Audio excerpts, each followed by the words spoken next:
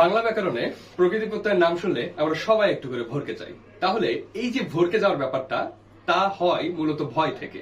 তো এই ভয় কাটানোর জন্য আমরা একটু একটু করে আগাইতে পারি। কিভাবে আগাইতে পারি? প্রকৃতি এবং প্রত্যয় কি এই জিনিসটা একটু চিনতে পারি, তারপরে না ডিটেইলসে যাব।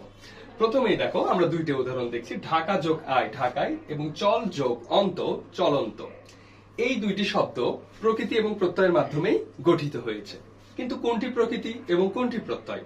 যারা একদমই নতুন তাদেরকে বলছি, প্রকৃতি হলো কোন শব্দের মূল। প্রকৃতি হলো কোন শব্দের মূল। ঢাকায় যে শব্দটি, এই শব্দটির মূল কোনটি? ঢাকা। এবং চলন্ত, এই শব্দটির মূল কোনটি? চল। তাহলে ঢাকা এবং চল এই দুইটিকে আমরা একসাথে কি বলতে পারি? প্রকৃতি। এই দুইটি শব্দকে আমরা বলছি প্রকৃতি।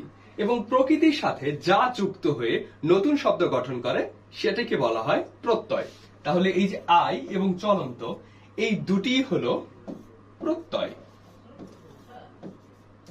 তাহলে আমরা প্রকৃতি এবং প্রত্যয় চিনে ফেলেছি।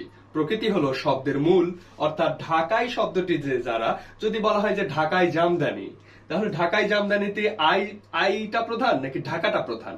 নিশ্চয় ঢাকাটা প্রধান। তাহলে যে প্রধান শব্দের মূল যেটি, সেটিকে আমরা বলছি প্রকৃতি। এবং এই প্রকৃতির সাথে যা যুক্ত হয় তাকে বলছি প্রত্যয়। তাহলে তোমরা নিশ্চয় প্রকৃতি এবং প্রত্যয় চিনে ফেলেছ। তাহলে এবার প্রকৃতির টাইপ আছে। প্রকৃতির টাইপটা কি? প্রকৃতির দুই রকমের, একটা হলো নাম প্রকৃতি, আরেকটা হলো ক্রিয়া প্রকৃতি।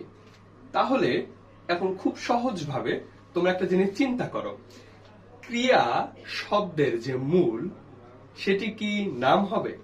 অবশ্যই না। ক্রিয়া শব্দের মূল ক্রিয়া হবে এবং নাম শব্দের যে মূল, সেটি নিশ্চয় নাম হবে।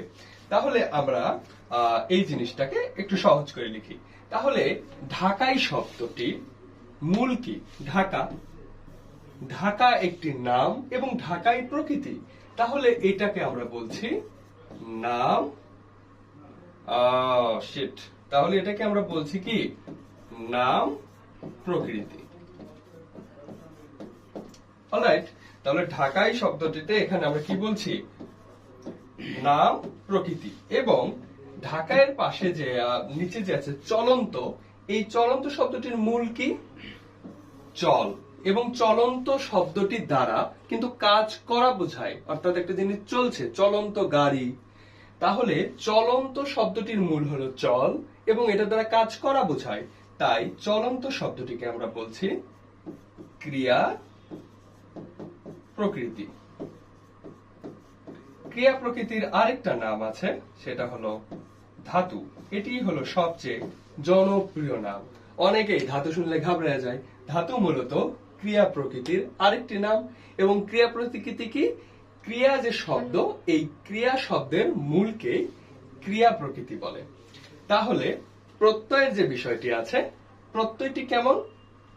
যদি নামে শব্দের সাথে প্রত্যয় যুক্ত হয় সেটাকে বলা হয় তদ্ধিত প্রত্যয়। এবং ক্রিয়া শব্দের সাথে যদি প্রত্যয় যুক্ত হয় তাহলে সেটিকে আমরা বলি কৃৎ প্রত্যয়। তাহলে ঢাকা শব্দটা একটা নাউন বা নাম, এইটার সাথে যে প্রত্যয় আই যুক্ত হয়েছে, এই প্রত্যয়কে তাহলে আমরা কি বলবো? এটা কি ক্রিয়া প্রত্যয় হবে? না, এটা হলো নাম প্রত্যয়, বা আমরা যেটাকে বলি তদ্ধিত প্রত্যয়।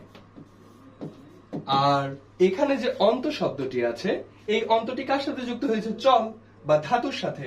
তাহলে ধাতু বা ক্রিয়া প্রকৃতির সাথে যেটি যুক্ত হয়ে শব্দ গঠন করে সেটা নিশ্চয় কি প্রত্যয় হবে? নাম প্রত্যয় বা তদ্ধিত প্রত্যয় হবে না, এটা হবে কৃৎ প্রত্যয়।